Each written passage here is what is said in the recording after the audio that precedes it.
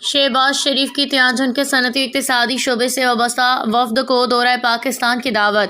تیانجن وزیر اعظم محمد شہباز شریف سے communist party of China تیانجن کے اسٹینڈنگ ممبر اور تیانجن بنائی نیو ایریا کے پارٹی سیکرٹری لیون ماؤ جن نے وفد کے ہمراہ ملاقات کی۔ شہباز شریف نے صنعتی و اقتصادی شعبے سے وابستہ نمایاں افراد کے وفد کو پاکستان کا دورہ کرنے کی دعوت دی۔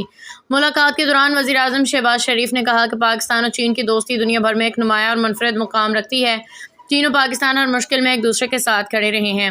شہباز شریف نے کہا کہ پاکستان کی اقتصادی اور سماجی ترقی میں چین کا انتہائی اہم کردار ادا کیا۔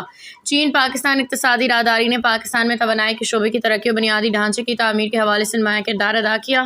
وزیر اعظم کا کہنا تھا کہ چین پاکستان اقتصادی راہداری کے فیز 2 میں اسمارٹ سٹیز، زراعت، صنعتی کے حوالے سے تعاون اور نیکسٹ جنریشن ٹیکنالوجی انڈسٹری پہ خاص توجہ مرکوز کی جائے۔